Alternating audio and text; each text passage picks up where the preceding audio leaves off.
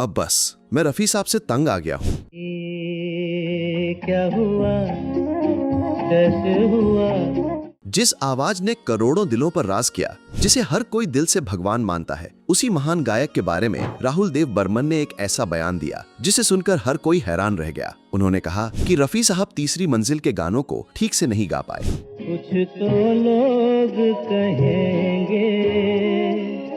और इन्हें रिकॉर्ड करवाने में इतनी मेहनत करनी पड़ी कि उन्हें किशोर कुमार की याद आ गई। अब सवाल उठता है, वो कौन सी वजह थी जिसने बॉलीवुड के उस जादूगर को, जिसने हर दिल को छू लिया, उसके लिए ऐसे कड़े शब्द कहने पर मजबूर किया। क्या सच में रफी साहब को उस रिकॉर्डिंग में कोई दिक्कत थी, या ये सब कुछ एक बड़े कलाकार की परफेक्शन और संघर्ष की कहानी थी? अगर आप सोच रहे हैं कि ये सब कैसे हो सकता है, तो बने रहिए, क्योंकि आज हम खोलने जा रहे हैं उस विवाद की असली कहानी जिसने बॉलीवुड के संगीत जगत को हिलाकर रख दिया था। जब बात हो रही हो मोहम्मद रफी की, तो उनके नाम से जुड़ी हर धुन, हर सुर में जादू होता था। आजा आजा, मैं हूँ प्यार तेरा।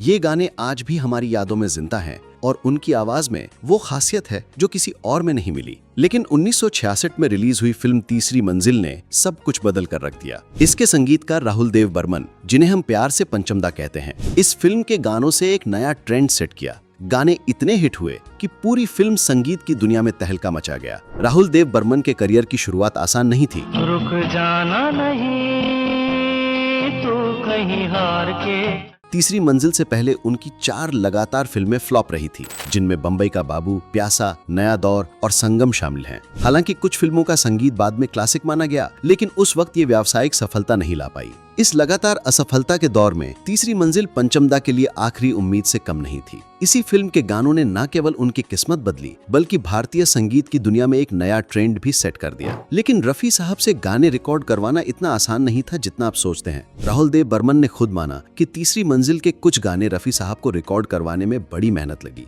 उन्होंने कहा कि रफी साहब इन गानों की बारीकियां पकड़ने में मुश्किल महसूस कर रहे थे। इतना ही नहीं, उन्होंने ये भी कहा कि इतनी मेहनत करते हुए उन्हें किशोर कुमार की सहजता और धैर्य की याद आ गई। लेकिन यह किस्सा सिर्फ एक तरफा नहीं था। रफी साहब की आवाज की ताकत को जानने वाले कई बड़े संगीतकारों ने उनकी प्रतिभा को हमेशा सराहा। एस.डी. बर्मन, नौशाद, शंकर जयकिशन, ओ.पी. नायर, लक्ष्मीकांत प्यारेलाल जैसे दिग्गज संगीतकार हर बार रफी साहब की आवाज को अपनी फिल्मों के लिए पहली पसंद मानते थे, क्योंकि उन्हें पता था कि रफी साहब की आवाज में वो जादू था जो किसी भी गाने को जीवन दे देता था और फिल्मों को हिट करवा देता था। रफी साहब की आवाज में एक अलग ही जादू था। रोमांटिक गानों में उनकी आवाज इतनी प्यारी थी, जैसे लिखे जो खत तुझे वो तेरी याद में हजारों रंग के नजारे बन गए।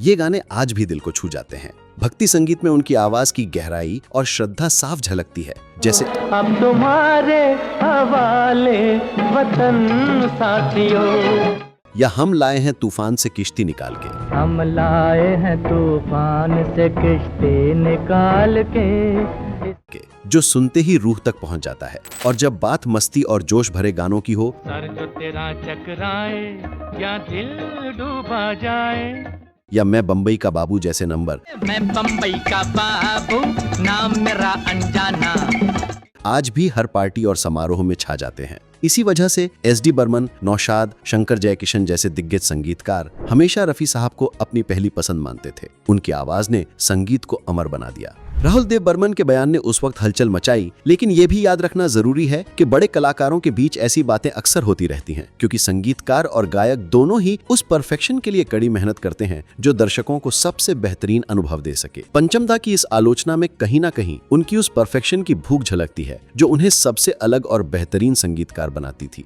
उन्होंने शायद ये महसूस किया कि रफी साहब की आवाज की जादूगरी के लिए गाने की कुछ बारीकियां उन्हें पूरी तरह समझनी और निभानी पड़ती थी। और यहाँ किशोर कुमार का नाम भी खास बन जाता है। किशोर कुमार, जो खुद रफी साहब के बड़े भक्त और दोस्त थे, उनकी सहजता और फुर्ती को लेकर जाने जाते थे। कहा जाता है कि अगर ये विवाद उस समय होता तो किशोर कुमार ने जरूर पंचमदा को जवाब दिया होता। तो सवाल यही रहता है, क्या सच में रफी साहब इतने कमजोर थे कि उन्हें रिकॉर्डिंग में दिक्कतें आईं, या ये सब एक कलाकार के संघर्ष, मेहनत और परफेक्शन की कहानी थी? हमें ये समझना होगा कि महान कलाकार भी इंसान होते हैं और हर बार सब कुछ परफेक्ट नहीं हो पाता। जीवन से भरी तेरी आँखें, लेकिन उनकी आवाज और उनकी कला का प्रभाव हमेशा अमिट रहता है। आपका क्या कहना है? क्या राहुल देव बर्मन की ये बातें जायज थीं या रफी साहब की आवाज पर सवाल उठाना गलत था? अपने विचार कमेंट में जरूर बताएं। अगर आपको ये कहानी पसंद आई हो तो वीडियो को लाइक करें, शेयर करें और हमारे चैनल को सब्सक्राइब करना न भूलें। फिर मिलेंगे एक नई दिलचस्प कहानी के साथ।